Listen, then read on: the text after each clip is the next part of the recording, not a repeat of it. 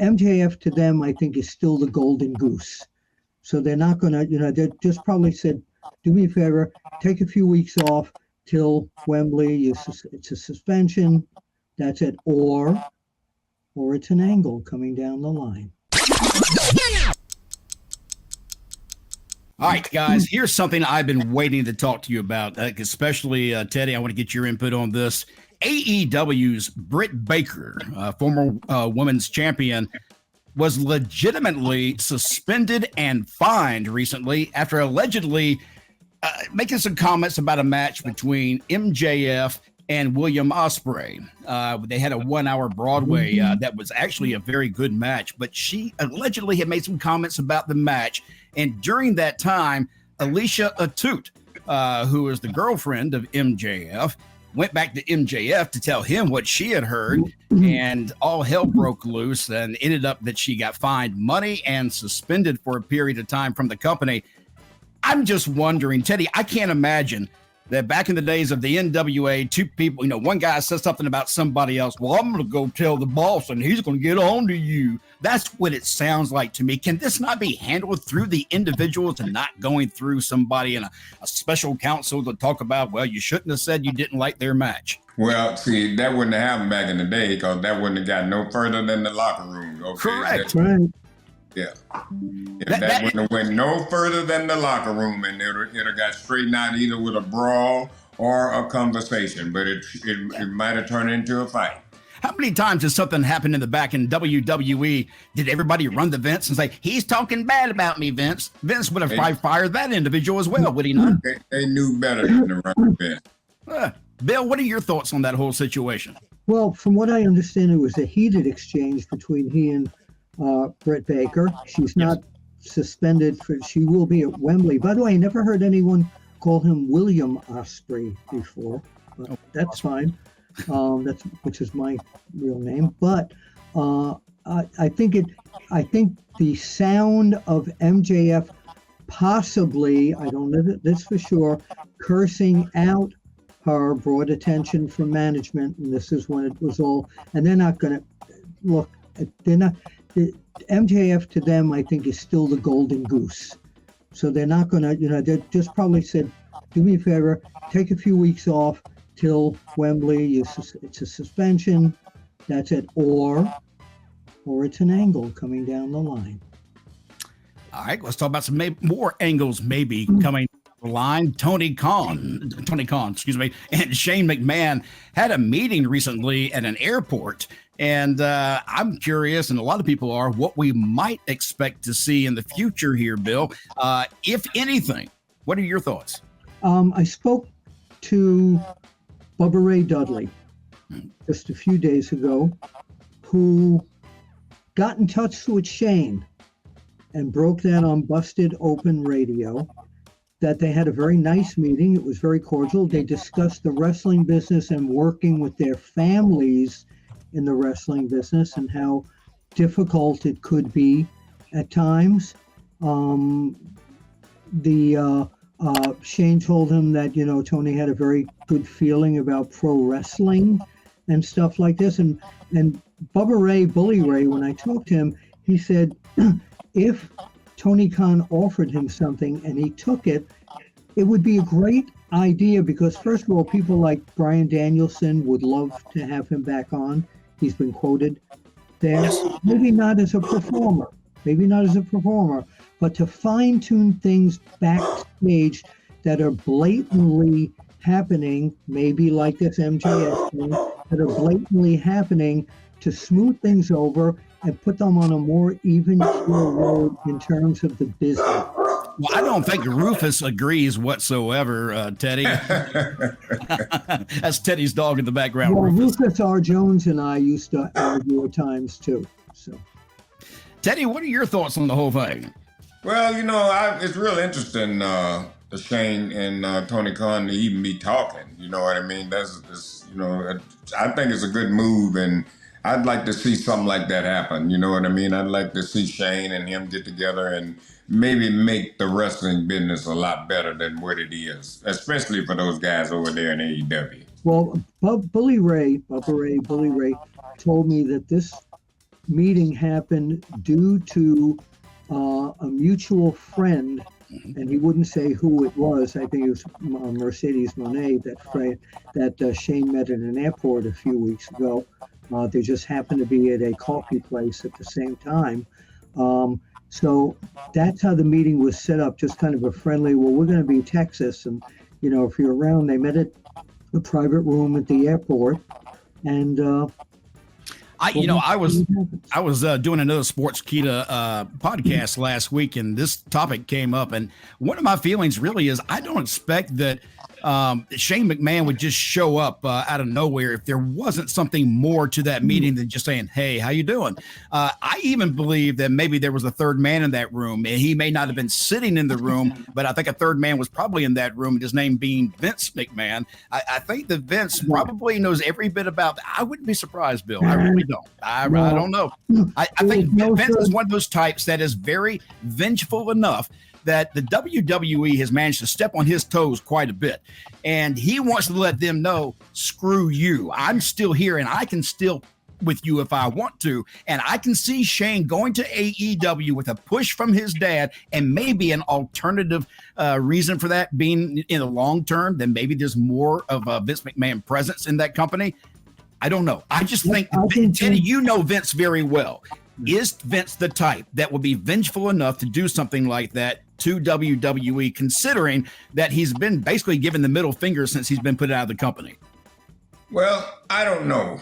You know what I mean? I would say, only way I could see Vince getting involved and getting WWE back is that he knew for sure that he had a deal.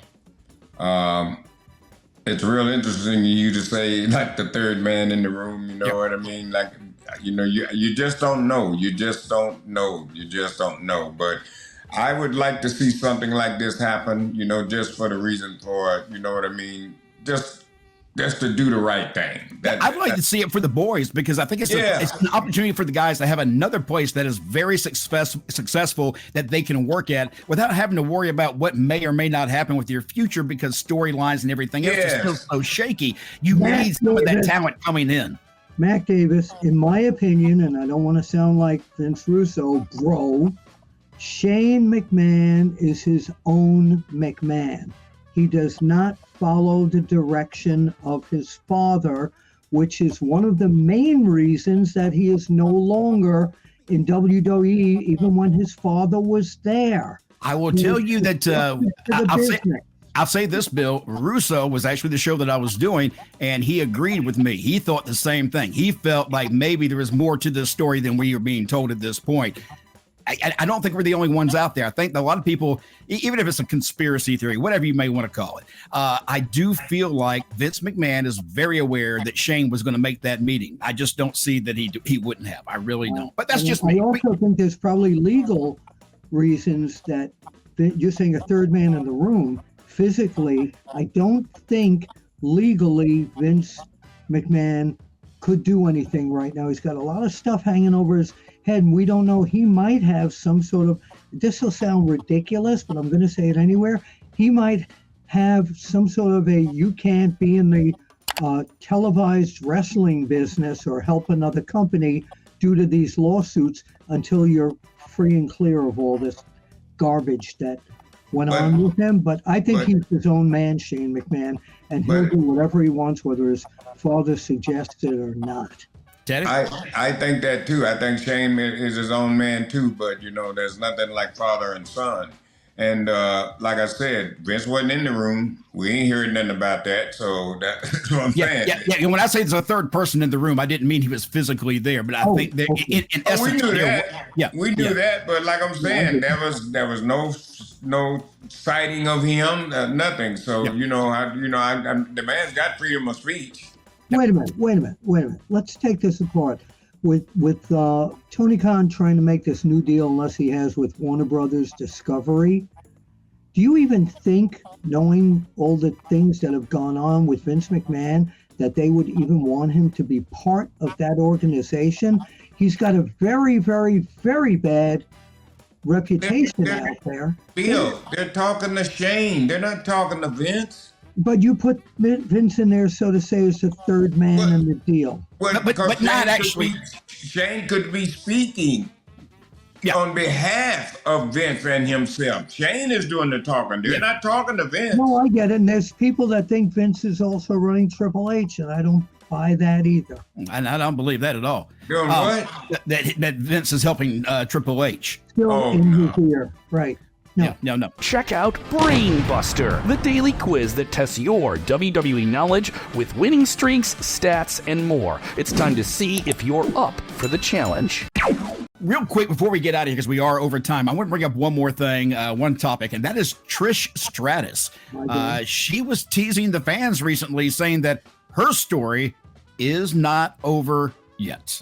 Bill, that's a good sign for Trish Stratus fans, is it not? Trish is my Nia Jax, Teddy Long. That's your baby's mama? That's my baby mom. No. It's not, honey, I'm just kidding. No. I'm getting ditches thrown here at me. No, Trish has been appearing at conventions all over the place, all over the world. She's got that, she's never really lost that fire. And I think she wants to finish the story with one more match against one of the top ladies in WWE. And it's going to happen because have you seen her on social media? She looks incredible. Oh, yeah. She was, I saw her recently at one of the conventions and she just looks stunning. I even told my wife, I came back home because I was talking about Trish and I said, that's a woman that I swear has not aged since she hit 30. She just sits there and she just looks incredible. But she also has the ability to use that microphone, use that camera. She knows what she's doing. She can help a young superstar really get over. Who should that be, Teddy? Oh, God, man. That's not an easy question, is it? Yeah, no, that's really not an easy question. I just don't know right now because I'd maybe like to see her and Jay Cargill. Bill, what about you? Who do you think she should go up against in her last match possible? We wait for Charlotte Flair to come back. It's imminent. Woo! I think that would be one hell of a match, actually. I wonder about Rhea Ripley. Does she help push Rhea Ripley over the top, working with her? Rhea I don't know those two. To be pushed over the top. Rhea is over the. Hulk Hogan on a recent interview with me called her, what was it? Not the boss.com, the bomb.com. The bomb.com. BOMB.com. She is way over that, needing someone else to help her get over. She is super over. All right, guys, we're out of time. Anything coming up for you two we need to talk about before we close out? Bill? Nothing that I'm at liberty to talk about right now. Oh, that sounds like big news. But we do have something coming up in October. You and I will both be in Albany, New York for the International Professional Wrestling Hall of Fame. Yes, Bill and I will be hosting that event. Godfather is one of the folks you'll be able to meet while you're there. I'm looking forward to that. I haven't seen Godfather in a few months, so that would be fun. Teddy, it's going to be strange for me to meet him and not have you around, but at least I know you'll be facing the right camera if you're not around him. Well, then all you got to do is just take my place. That's what I'm going to do. I'm going to do an entire interview with Godfather with my back turned to the camera. Yeah. Mac and I are hosting this, and I've been told that I'm being given the Excelsior Award, so I'm very Congratulations. Yes, thank you. All right. Teddy, what about you? Do I have to drink a lot of seltzer before? Possibly. At least spray somebody with some. Teddy, what about you? What's coming up? This weekend on Saturday, I'll be in Houston, Texas. I'll be there with Booker T's Reality of Wrestling. He's having a big celebration, so I'm going to be part of that. Yeah. Then Sunday, I'm going to head over to Waco, Texas for a big show there. And so hopefully I'll have a great weekend. Can I ask you a question before we leave? Yes. Can you dig that, sucker? Wow. I'm Mac Davis. That's WWE Hall of Famer Teddy Long, and of course, pro wrestling journalist Mr. Bill Apter. We'll see you again next week. See you at the matches. Hello.